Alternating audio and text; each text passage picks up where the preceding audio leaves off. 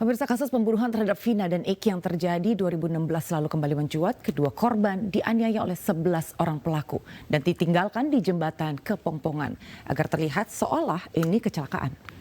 Tanggal 27 Agustus 2016 pukul 22.00 Vina berboncengan motor dengan kekasihnya Eki dan rekannya melintasi Jalan Perjuangan depan SMPN 11 Kota Cirebon, dan di perjalanan kedua korban dilempari batu oleh 11 orang pelaku gerombolan bermotor. Korban sempat berlari menyelamatkan diri, namun para pelaku mengejar dan menjatuhkan korban di jembatan Kepongpongan. Saat terjatuh, kedua korban dibawa ke depan SMPN 11 Talun Cirebon dan dianiaya oleh para pelaku. Bahkan Vina alami pemerkosaan. Usai menghabisi nyawa kedua korban, para pelaku pemirsa membawa dan meninggalkan jasad di jembatan Kepongpongan agar terlihat seperti terjadi peristiwa kecelakaan. Awalnya keduanya dilaporkan kecelakaan tunggal di Jalan Raya Kecamatan Talun, Kabupaten Cirebon. Namun setelah penyelidikan lebih lanjut, ternyata korban bukan kecelakaan tunggal, melainkan korban pembunuhan oleh geng motor. 11 orang menjadi pelaku, di mana 8 orang telah ditangkap dan ditahan, sementara 3 orang masih buron hingga saat ini. Dan juga pemirsa, untuk membahasnya saat ini sudah bergabung bersama kami di Reskrimum Polda Jawa Barat Kombes Pol Surawan, dan kami juga masih menantikan sambungan telepon atau Zoom dengan Kepala Desa Banjarwangun Sulaiman karena 3 pelaku ini berasal dari Banjarwangun. Tapi saya akan ke Kombes Pol Surawan terlebih dahulu. Selamat malam Komandan, selamat malam Pak Surawan. Selamat malam Mbak. Ya Pak Surawan, selanjutnya ini perkembangan DPO 3 pelaku pembunuhan Vina sejauh ini sudah seperti apa ya Pak? Ya, kita sudah melakukan pemeriksaan kembali terhadap ke-7 narapidana maupun yang 1 sudah keluar. Jadi saat ini kita masih mendalami keterangan mereka terkait siapa sebenarnya 3 orang yang sekarang masih DPO, karena dari berita acara pemeriksaan yang awal, mereka hanya menyebutkan nama saja, namun tidak menyebutkan identitas secara jelas, Mbak. Oke, tapi karena itu ya. Ya, sejauh ini selama 8 tahun berselang begitu ya, Komandan. Bagaimana penyelidikan dan juga bagaimana tindak lanjutnya? Karena ini kan sampai detik ini masih DPO ya. Apakah, ya betul. Ya, apakah memang betul-betul ada pengaduan selalu setiap tahun atau setiap waktunya dari pihak keluarga atau seperti apa, Pak? Sebetulnya kita selama ini juga sudah melakukan analisa dan evaluasi terkait kasus-kasus yang masih mungkin menjadi tunggaan kita.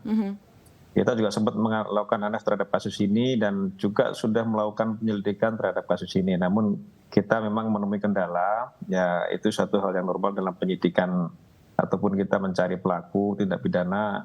Mungkin kita juga membutuhkan waktu dan juga informasi lebih banyak lagi. Maka sekarang ini kita lebih intensifkan lagi terhadap upaya-upaya kita dalam rangka menindaklanjuti keluhan daripada keluarga maupun masyarakat terkait dengan 3 orang yang sekarang masih DPO. Kita sudah mengirimkan tim untuk melakukan pemeriksaan ulang maupun interogasi terhadap para narapidana. Mudah-mudahan kita bisa mendapatkan identitas ketiga tersangka secara jelas. Iya, tadi memang sempat ada dugaan apakah memang identitas ini sempat diubah dan lain sebagainya sehingga 3 pelaku jadi sulit untuk dicari kembali. Tapi sebelum menjawab itu, saya akan ke Kepala Desa Banjarwangun, Pak Sulaiman. Apakah sudah bergabung bersama kami? Selamat sore, Pak Sulaiman.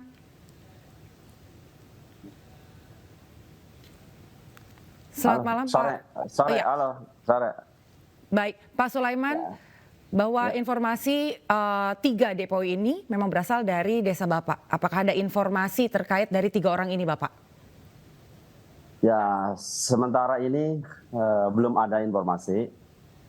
Kalau itu termasuk 3 warga Banjarwangunan juga belum termasuk 3 orang Banjarwangunan. Ya.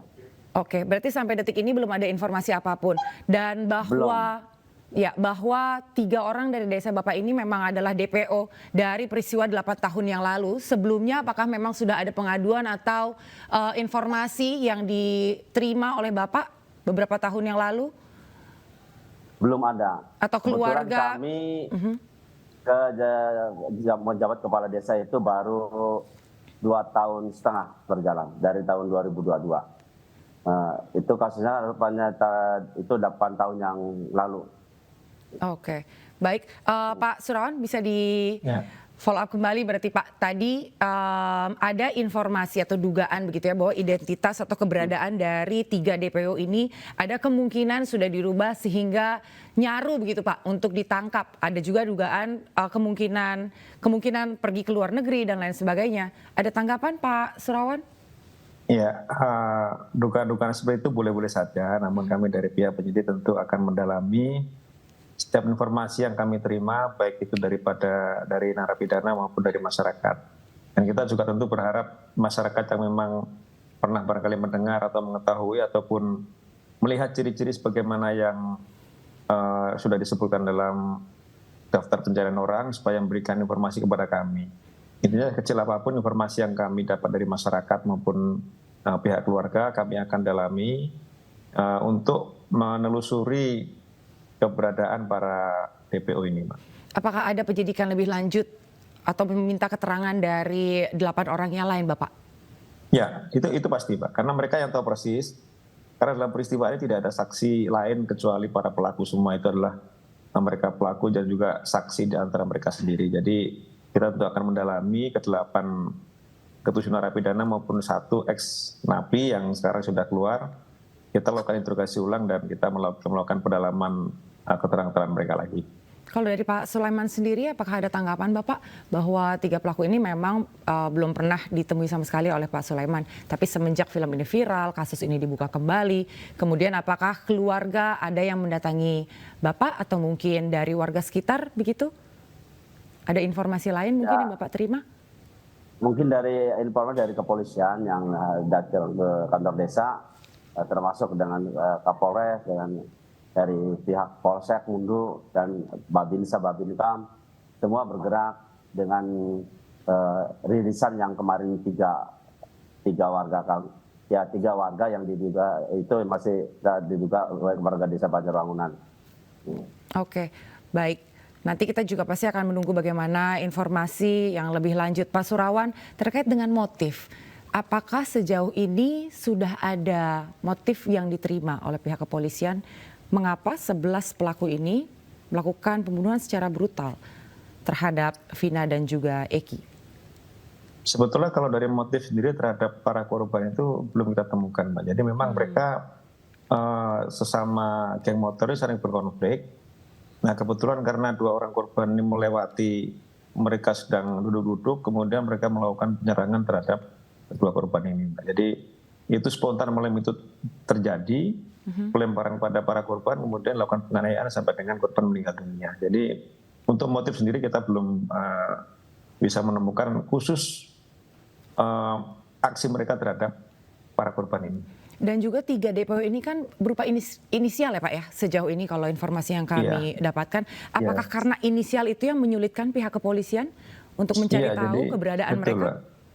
Jadi hanya nama panggilan saja yang mereka berikan dalam keterangan, sehingga itu mungkin perlu kita mencari informasi tambahan terkait dengan 3 orang ini siapa, identitasnya siapa, kemudian alamatnya di mana, kita perlu melakukan penyelidikan lebih jauh lagi.